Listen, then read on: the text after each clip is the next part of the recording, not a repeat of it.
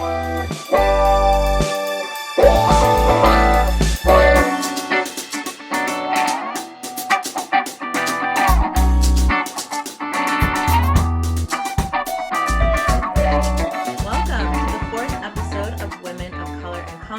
am your host, Amber Rose West, and today I am joined by Courtney Fullwood.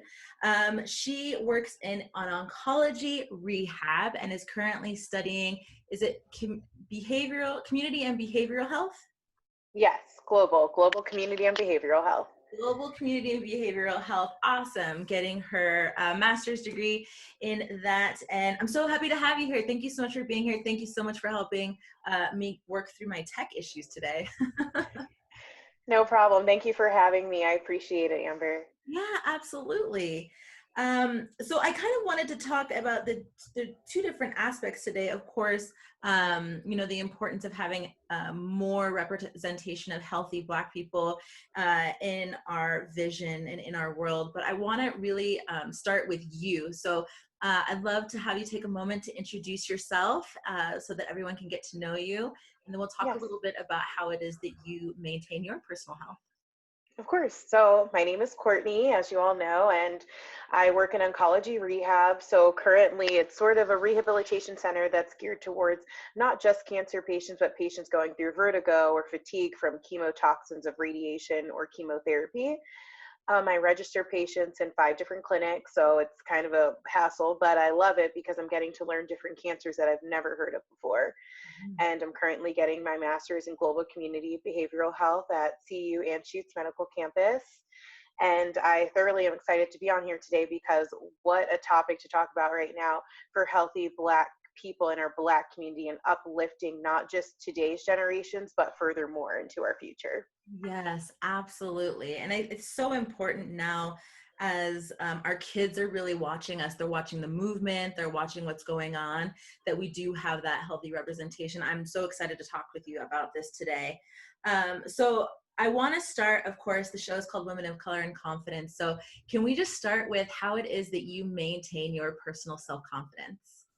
Yes, of course, absolutely. So I do a lot of meditation and breathing techniques because, of course, we have bad days. Of course, we have up and down moods and shifts and this change in the weather and everything. But I will say I do read a lot of positive affirmations and tell myself them in the mirror in the mornings or when I'm heading to work. I listen to podcasts of other women uplifting each other and how that works, and even podcasts really with Black women telling us every day how great we are, how wonderful we are, and how blessed we are to be alive and have another day on this earth. Yes, I love that. I love that message. I am also a big breather. I have learned the gift of breath, and I preach it. Yes. I know when I was younger, I learned the 1-2-3 rule. If you're overwhelmed, you're feeling angry, you sit down, you take 3 breaths, 1, 2, 3. Yes. Yes. And it's been interesting using a breathing practice kind of proactively, right? Like using it to prepare yourself and then also being able to use it on the back end. That's so beautiful. Can you tell us a little bit about the women that you follow who, you said you listen to podcasts of Black women who are all Yes. putting out positive vibes? Yes. So I actually listened to a woman, and before I had encountered you, I've been now listening to yours as well. So great ones. Yeah, thank But you. before that, I was listening to Goddess Confessions, and I still listen to her. Her name is Shanika Adams, and she actually has a podcast of affirmations dedicated specifically to Black women. And I listened to that one at least. It's only like 6 minutes, 10 minutes, nothing long. I know we have daily lives, we're busy. Yeah. So, but she even says, I am a strong Black woman. I am blessed. I am God's creation. And when we say that, it makes me feel valued and important because sometimes we do lose that. We don't feel as if we are God's creation because how we are being treated currently. And we all see this. I hope we're not blind, but if you are, things are happening. And, yep. So for those out there, things are happening. And, it really is nice to be uplifted and motivated and see someone else, a woman of color, believes in us and stands with us. Because at the end of the day, we are united. We are a team. when one Black woman or one Black person falls, guess what? We all fall too. Yes. And I really enjoy this message of sisterhood compared to some of the messages that I grew up with, which was a lot of fighting, especially over men, a lot of feeling like two queens can't be in the same room together. And there has been such a beautiful mental and emotional shift that has happened um, since I've been an adult. And I've been so grateful that that message is beginning to resonate throughout our community. Yes, it's important. It's important, and it's going to be forever be important from today, tomorrow, years from now. Mhm. Sisterhood is important. And if one queen's crown is crooked, guess what? You help her and you fix her crown. Don't Mhm. tell her crown is crooked and stomp on it. No, that Right. doesn't really help. That defeats the purpose. Right. So, how do you manage? I love the idea of affirmations. I do think that affirmations are very proactive and they can be very energetically uplifting, mentally, emotionally uplifting. When you have pieces of negative self talk that to enter into your head, how do you manage those negative self talk, negative Of self talk, course. and No, flip of it course. into something positive for yourself? So when I am having moments, of course, grad school is challenging. So I have those negative self-talks a little bit too much sometimes. But Mhm. I will say, Courtney, you are smart. You are this class. This class is not you. Take a moment and breathe. Or even when I'm in traffic in Colorado here in Denver, Courtney, breathe. You are in a stable car. You are heading to your destination.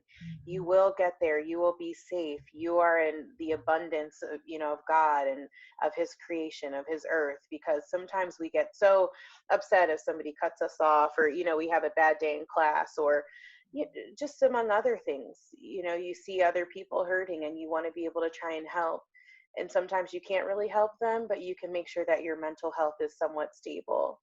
Yes. And I truly believe in just mental health. I really hone in on that. That's so wonderful. I follow a woman on Instagram, and actually, her name is blanking from my brain at the moment. But I remember this stuck with me from earlier in the year. I remember it was closer to the beginning of the year. She posted something that said, um, "Do you know how I went from being broke and working a job that didn't pay me enough to being a six-figure earner this year? I started focusing on everything that I do have instead of focusing on everything I don't have." And Yes. as I was reading through her post, she started, she was saying there's so many other like online entrepreneurs that have, a marketing team or a sales team or these beautiful websites and, all these tools at their disposal that I don't have. So I'm never going to be able to do that. And the second she made that switch into just realizing that she had a website, she knows how to use her computer. If anything, she has a Facebook at least. She has people that follow her. She knows how to write. She can post up on Yes. Instagram. So it's about using what you have and not just being grateful for it, but acknowledging that like that is something that is it's in your purse, it's in your toolbox. Yes. And knowing that whatever it is that you need in your journey along the way will come to you when you need it. But right now, you're good, you're healthy, you have what you need. So that's so beautiful. And I love that message so much. How was that a practice that came into your life? Was it something that you had always done, or was there a point where you realized that you wanted to make that Kind mental of shift my mindset. Mhm. Um, I would say it didn't come naturally and it didn't come overnight. I actually was just really unhappy with the how negative I thought. Everything that I thought negative, it came true.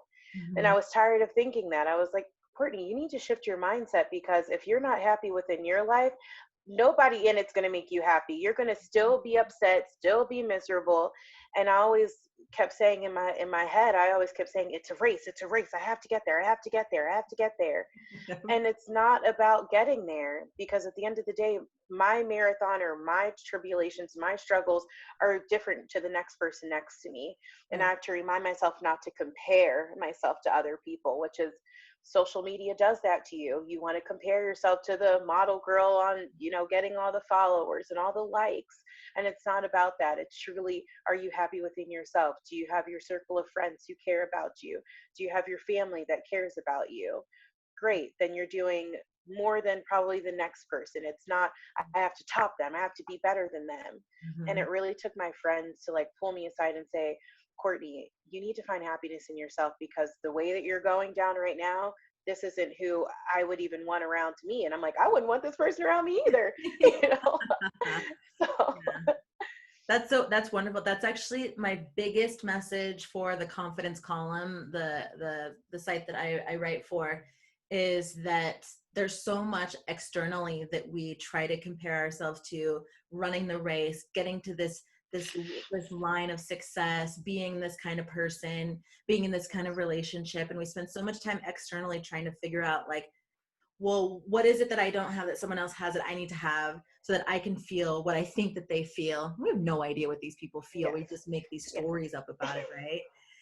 So Yeah, many stories. so many stories. And it's like, if you just take a second to realize that, like, the fact that you don't know that story, you also don't know that journey, that you have your own story and your own journey to be living, that, like, really, when you start coming back in and recognizing that there's stuff inside of you that can be so beautiful and to Yes, flourish, and if you just gave it a little bit of time and attention, that there's no need to be comparing or judging or feeling like you're suffering from imposter syndrome, you're not good enough because you're not in whatever place you think you're supposed to be in right now. exactly, um, exactly. so wonderful that you had friends who were able to be honest and truthful with you. It's, again, circling back around to that sisterhood, that healthy friendship, relationship, and open communication. I think that me personally, I've been lucky enough to also have that in my life, where people can call me out or tell me the truth, and where I can do the same, and we can kind of go back and forth, and it gets to be a beautiful part of our relationship, rather than me dodging phone calls or text messages or inviting somewhere because I don't know how to talk to my friends, you know? So great. So, okay, you work in oncology rehab. I'm going to be honest with you. I don't know too much about it, and I want to make sure that myself as well as our listeners Yes, are informed. of course. So can you tell us a little bit about what that is? And I also would love to hear about how you found your way into this particular type of work. Of course. So, oncology rehab is cancer based, and it focuses on people that are either going through a post surgery or a pre surgery, where they are meeting with a physical therapist, occupational therapist, or a speech therapist. And of course, physical therapy would focus more on like not just yoga and Pilates, but more of like stretching or movements of the body. If a female or a male has breast cancer and they have to get that, of course, that lump removed, and the lumpectomy or a mastectomy. So, and then of course it's other things of that as well. We have pelvic for ovarian or pelvic dysfunction, and occupational therapy as well for head and neck, because a lot of people have a lot of strain in head and neck from computer typing, or just in general they have, like, tonsil cancer or anything of that nature in the neck or in the throat. And then speech therapy for cognitive, because they're finding now that people who are going through chemotherapy are suffering with cognitive, memory loss, and such as even short-term and long-term memory.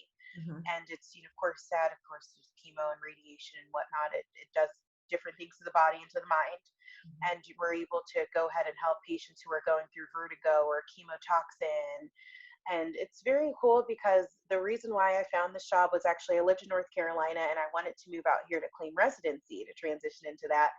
And I wanted to move out here to claim residency to get into then grad school at the time. I had, once again, this is why I speak about words of affirmation. I told my mother I was going to move out here. I said, I have to do it. I need it. I need it. Yes, yes. So I moved out here and I said, I'm going to claim residency, got all that stuff situated. And I said, I'm going to apply for grad school.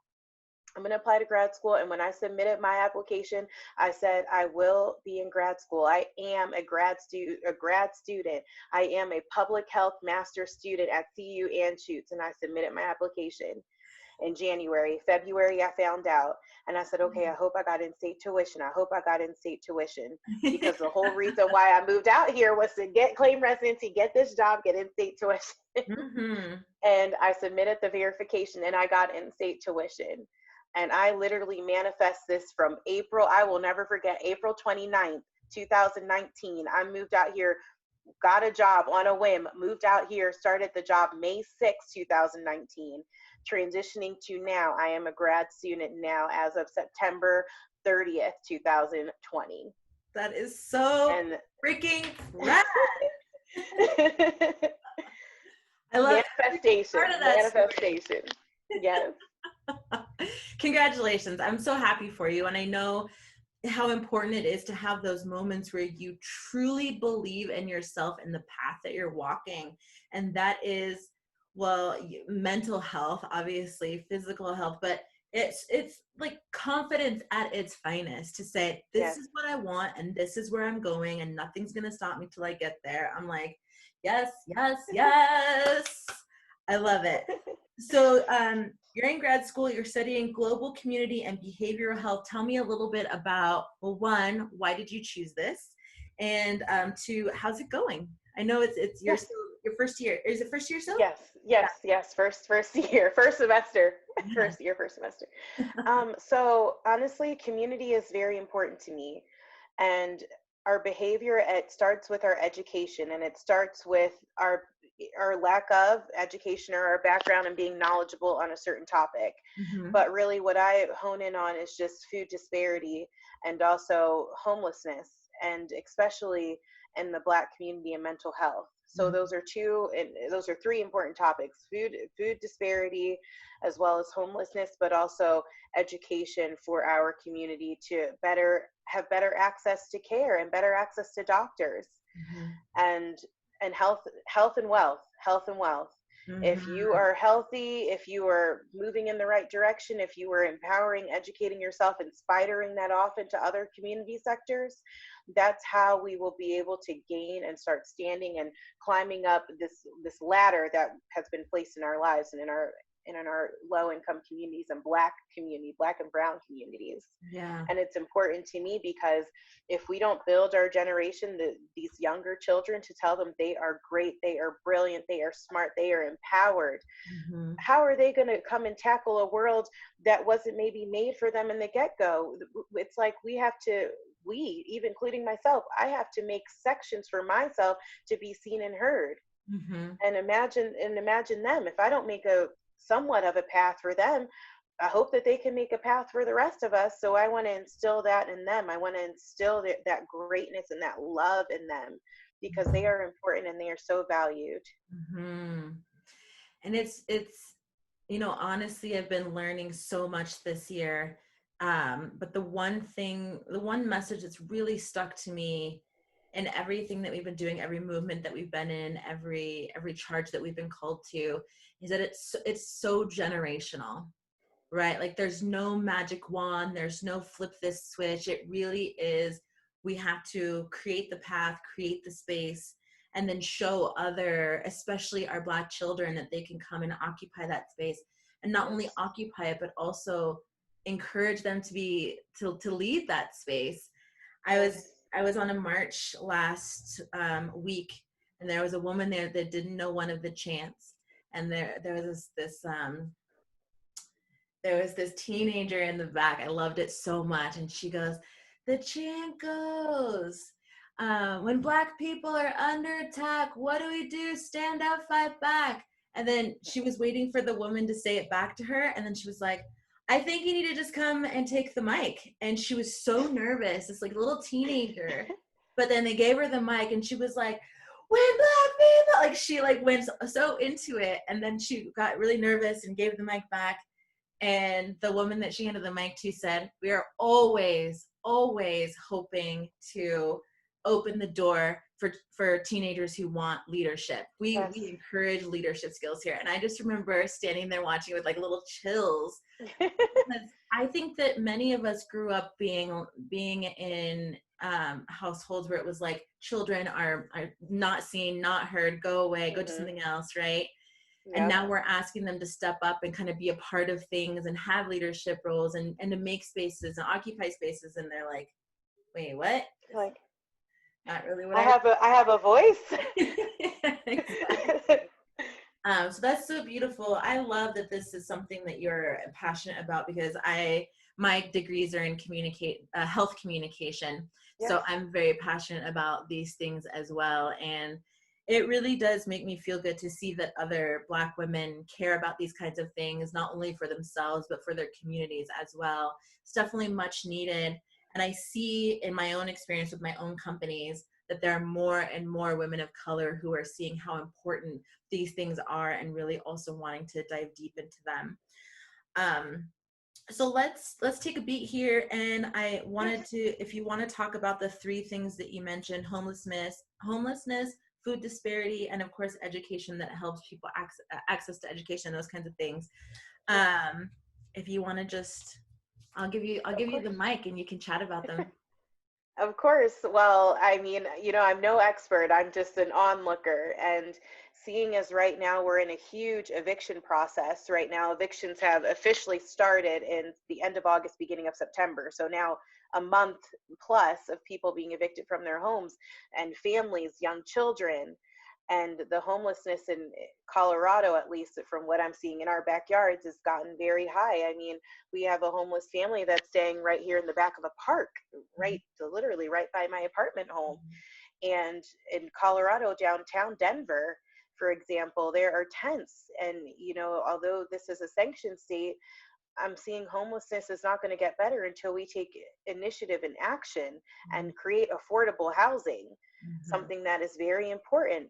If you want to keep minimum wage low, people want to keep minimum wage low, then lower the cost of housing. Right. If you want to, because last time I checked, if minimum wage in this state is, 12, 13, but in other places like North Carolina, it's 8. Right. It's 8. So it's not unanimously the same in our nation. And it's really sad because so many people are now losing their jobs as well due to COVID, and or being laid off due to COVID because their jobs can no longer sustain their employment, their employers and their employee staff. Yeah. And then that transitioned into food insecurity, because now, with that being said, a lot of people are more eating convenient food such as fast food chains because that's cheaper versus going to the grocery store, if there is one in their community, which talks about access to food sources, but food sources, because they're going to spend, $5 at McDonald's can go a long way versus $5 in the grocery store. Right.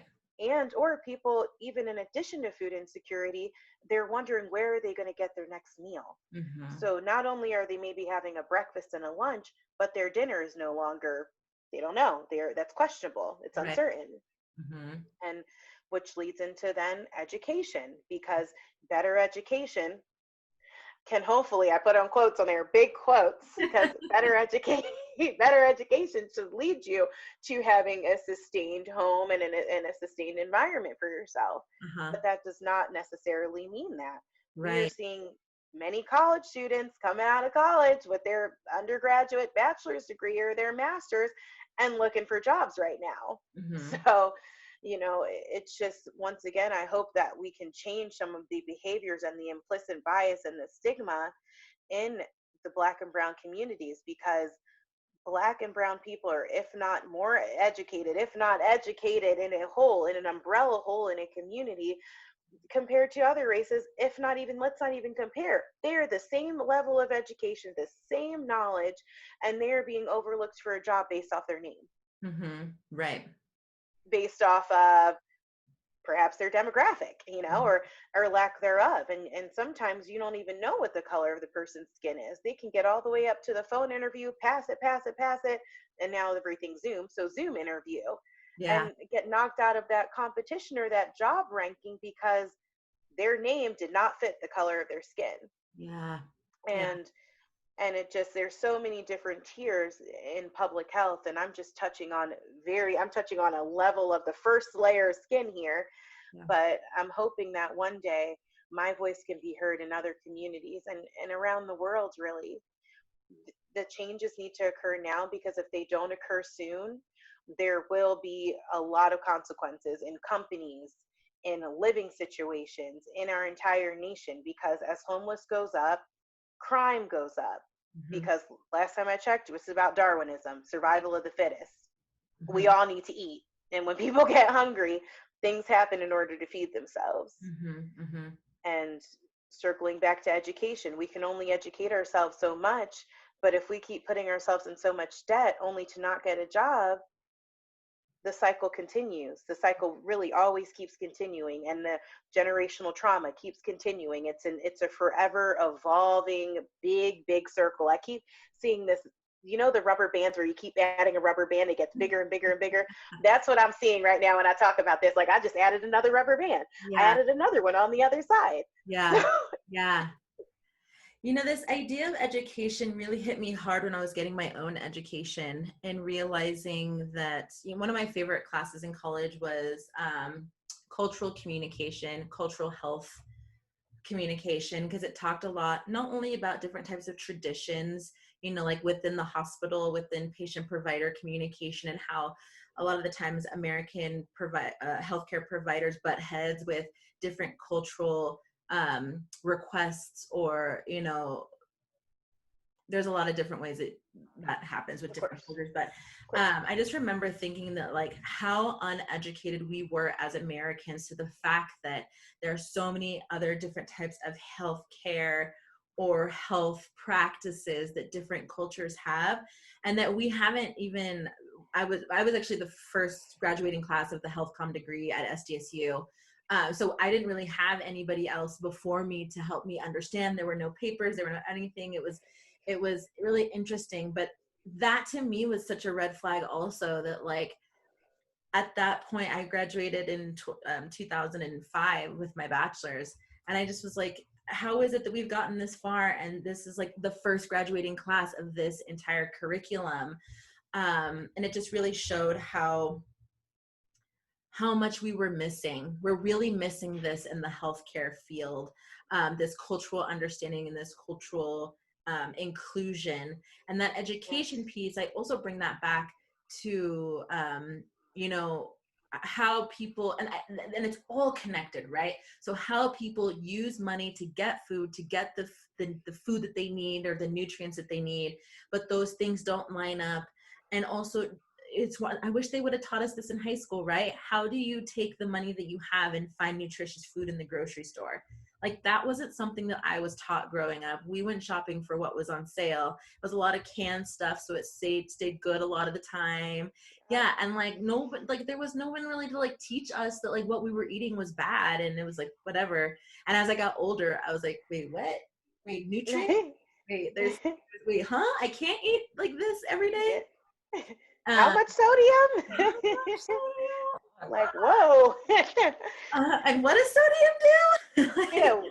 It makes you what? Hypertension? What's a hyper? Who's tension? Like, tension, right. And then, you just kind of accept this idea, and this may be a little bit deeper than we need to go, but I think that because, Black communities and communities of color don't know that stuff, then they eat stuff that doesn't make them feel good. And they live in this like homeostasis of not feeling good. And then they have to go out into the world that doesn't treat them well. And so it's like, now they're just constantly like internally feeling bad, externally being treated badly. And it's just like, where do we go to get healthy? And like, where do we go to learn how to be healthy? And how do we find spaces that accept us and love us and support us so that we can have this external healthy energy and surrounding? That's important. I do agree with that. It's inclusion, and right now it's so many things of exclusion happening, and implicit bias even in the medical realm. I was reading an article that says that they're now testing doctors, asking them if they believe that Black people don't experience high tolerance of pain, or they have a high tolerance of pain. I read and that. I was like, what? Because let me tell you, I got a paper cut, I'm falling out. Like, I stubbed my toe, you would have thought that the whole house fell on me. I don't deal well with pain. I don't deal well with it. And even my cousin. It's not a race thing. No. Like, why are you even bringing race into it? It's not a race thing. It's not a race thing. So silly. People go through pain, whether I'm polka dotted, striped, pink, I mean, who cares? A leaf goes through pain. Yes. So, I mean, I was a doula for many years in San Diego, and I remember part of what I was teaching myself outside of my doula program was how to communicate against that in the hospital if like people weren't giving my Black patients or my patients of color the same treatment that they would treat my white patients, or my white clients. And I really that was actually part of like my doula certification. I was like, this is like a whole new on the side thing that I'm about to put into my certification, because it's me as a doula, you literally are there to like observe. You can't speak for your client. You're just there to like empower them. And so I literally was like, I'm watching this go down as an outside observer, and I just want to be cognizant of it, because it's obviously something that's been reported about, but like, I'm going to do it like so much more in my own education. And it was really kind of heartbreaking to see. And it was also heartbreaking to see how many of the doctors and nurses wouldn't listen to me or allow me to like help my client because I'm Black, Black woman in the room. Yeah. So I would have to shoot myself up with an epidural then. I'd have to learn quickly because I don't deal well with pain. I don't do it. Everybody's so different, but I think it's the way that they treated the clients, not the way that the client was reacting. And that was what I think, like there were these assumptions. There were these Yes. laid out assumptions. And it was like, my job really is only to go in there and let my client know that whatever they tell them, that they can always ask a question about it, right? Like, Yes. obviously very serious situations, you tend to trust your doctor. But if it's something that like you really, you want to know if there's another option, you're always allowed to ask if there's another option. If someone comes in and says, we're doing this, it's okay for you as a client in any hospital room to say, is there another option before you tell me what we're doing, right? Like, I want to know the full scope of what my options are, not just you telling me what to do. Yeah. If that is the only option, I would like to know that that's the only option, but also I don't need you making decisions for me and my body. Yeah. That's a whole, it's kind of on topic, but it's a whole nother road we could go Well, down. it's important. That's why, once again, building our next generation to put more Black and brown people, such as doctors, OBGYN, specialty care, into the hospital. Mm-hmm. I would feel more trustworthy to know that I have a person that looks like me that I can trust than a person that perhaps I tell them in pain and they tell me, oh, go home and call your OBGYN tomorrow. You'll be all right. Fine. Like, what? I said I'm in pain. I said my leg hurts. I said my stomach hurts, but go home and sleep. Thanks. One of my favorite, I can't remember the comedian. His last name is Bell. He's a Black comedian, and he was talking about how his daughter watches Dr. McStuffins, which is like a little Black girl whose Black mother is a doctor, and she like plays doctor to all of her. I've never seen it, but it sounds amazing. My nieces love this show. It is such a cute show. I love Dr. McStuffins, actually. And he was saying that they took her to the hospital, and she was like all excited to go because she was thinking that the doctor that would come in was going to be a Black woman. So she was like, I'm the doctor. The doctor walked in, and it was an old white man, and she all of a sudden like closed up and was like, what is this? Where is my Black female doctor? Like, she was so upset. But I love that the fact that like that show is having that influence on little Black girls, where they're like, I'm sorry, I would rather have a Black female doctor in here. Is there one? Can you go get her? Yeah, like, I think I'm missing something. And then she had the little voice on her to be like, I don't like this. This is not what I signed up for. For the doctor today. Like, she was duped. So beautiful. So I want to talk, like, our main topic today, I know we've talked about a lot of things, but the representation of healthy Black people and making sure that that reaches our children. Let's talk about the Big Sisters program, because I've always been interested in it. I've actually been thinking about doing CASA for a long while. But I would love to hear, how long have you been doing it? Did you do it not only in Colorado, but where you moved from? I can't remember. North Carolina. So back in North Carolina, actually, I worked with young adolescents. So they were young teens, where I actually taught them actually educated them and empowered them about overcoming adversity and how to overcome peer pressure and the importance of setting short-term, intermediate, and long-term goals. Because in especially growing up, most children are just looking at the then and now, like when they're in school. But it's like, okay, beyond school, what do you want to be when you grow up? What makes you happy? What's something that you want to continue to make yourself happy? And where do you see yourself going in being in 5 years from now? And challenging the boundaries that have been sort of set in for your age group, that you're not supposed to think beyond today. So moving here to Colorado, I was like, I still want to do this. I really enjoy doing this. I did that for 4 years, working with Awesome. Cabarrus Health Alliance for 4 years, teaching a trail, and trail stood for taking responsible actions in life. And that's what I taught those young kids. So it was really cool to just do something like that and say, and there was one that's sort of activity that was like step to the line. It's like step to the line if you've ever been bullied before and you had a line and you would step to it. So children, and I should say young adolescents, not just children, but they were able to see, wow, I'm not the only one facing these challenges. There's others around me facing these challenges. Or step to the line if if anybody in your family has ever been arrested. And it's just to know, like, you are not alone. We might walk the same and be in the same room. We might walk the same path in life, but your struggles, we might have the similarity in struggles. So it was very cool to do that, which made me want to transition out here in Colorado and big brother, big sister. And it's being a mentor more individual. So now I'm a mentor to a young 9-year-old girl. And we do outings, or we paint, we color, we make slime with each other. And she asked me, it's just being that mentor and that voice of, oh, Courtney, what are you doing with this? Or do you mind helping me with this homework assignment? And she's literally like a little sister to me. And doing this makes me feel like I am empowering her and letting her know, like, there is something more and bigger and better. You keep excelling and you reach for the stars, because nobody can tell you that you can't reach. You continue to reach and you will be great. And you are smart, you are intelligent, you are beautiful. Your brown skin is beautiful. And so it's really awesome to do. And it's awesome to give back, not only just here in Colorado, but wherever I live. I believe that wherever I live, I want to find an organization where I can give back, where I know that even if it's a tiny difference, I know that I made an imprint on someone's life, and I made a change for someone's life, so that they can take that on to their life and to their children, and so on and so forth. Yes, I love that. So wonderful. Do you just have one little? Yeah, I have one little, and I've been doing it since February, actually. The process with COVID and everything, we've been having to, do just video chats, but it's amazing. And I hang out with her now twice a month. Twice a month. That's awesome. Yeah.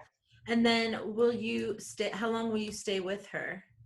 So it's a 15-month mentorship. So you can continue to do it as much as you want, but you are with them for 15 months, with the same person paired with them for 15 months. Awesome.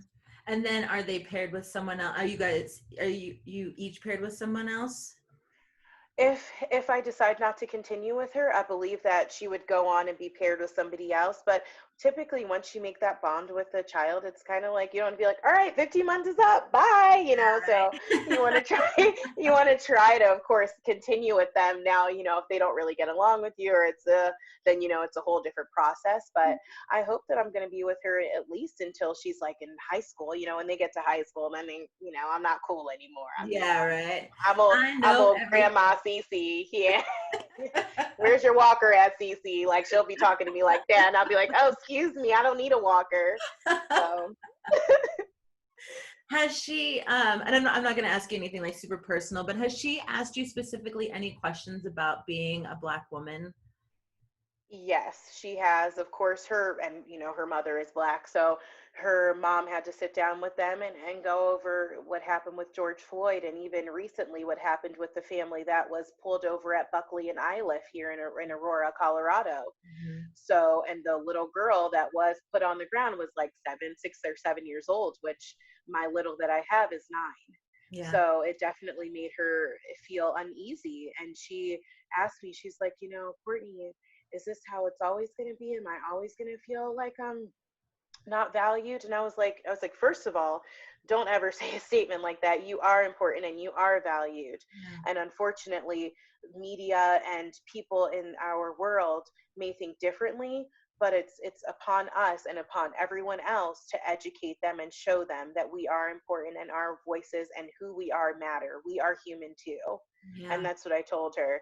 And she just gave me a hug and she's like, "You're right. It just scares me.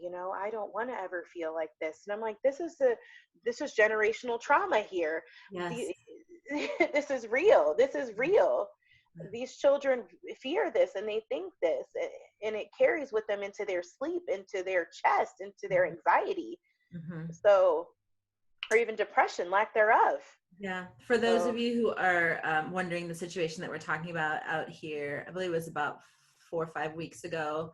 yeah, There was a family in Aurora, Colorado that was pulled over. It was a mother who had her niece, I believe, and 3 of her young children in the car.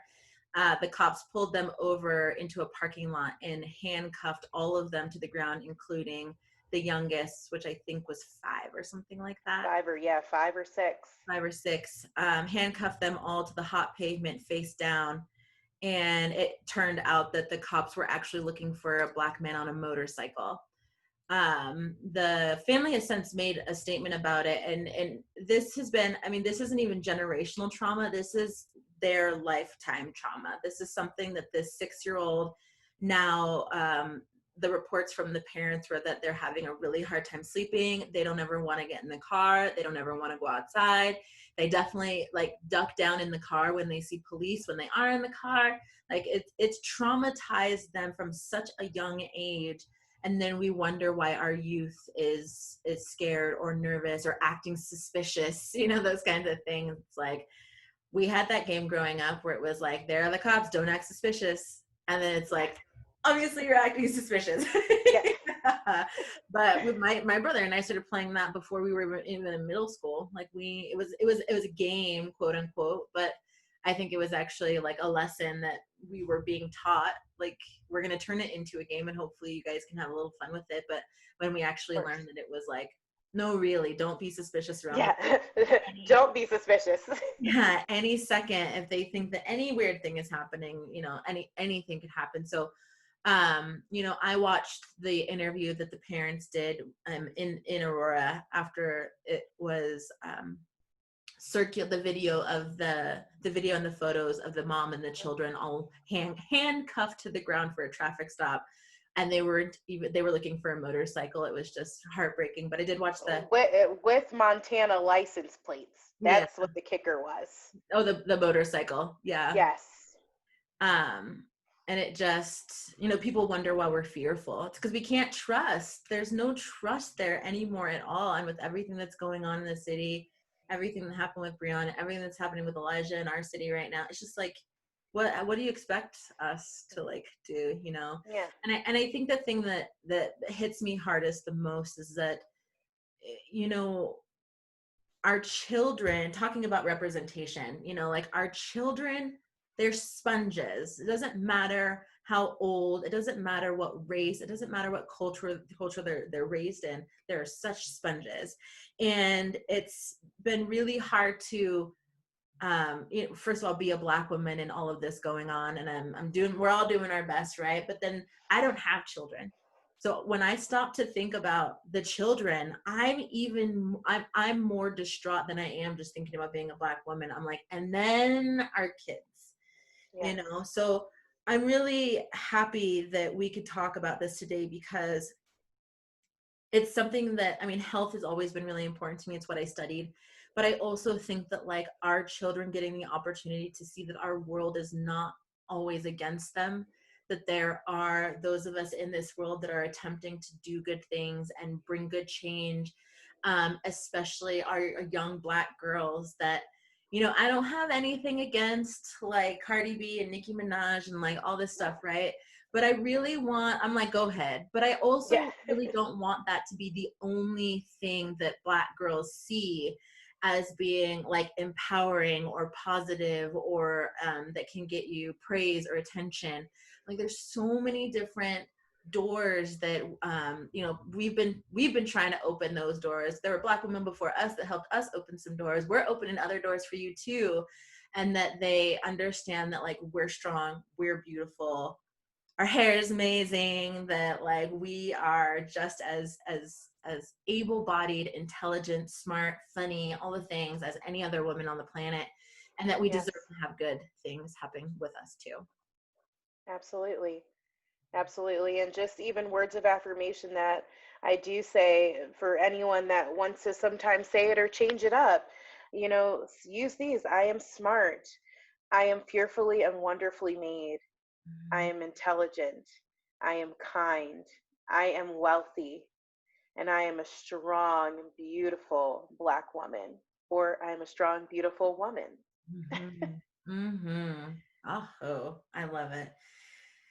This chat meant so much to me, Courtney. Thank you so much for being on and wanting to talk about it. And it makes me feel I don't even know what the word is. I guess like excited. Like I just feel I get so full of like joy and hope and like excitement when I meet other Black women where like health is so important to them, and being a healthy representation of Black women is important to them, because it's like one of those things that like warms me up inside from Yes. every cell of me. So thank you so much for being here today.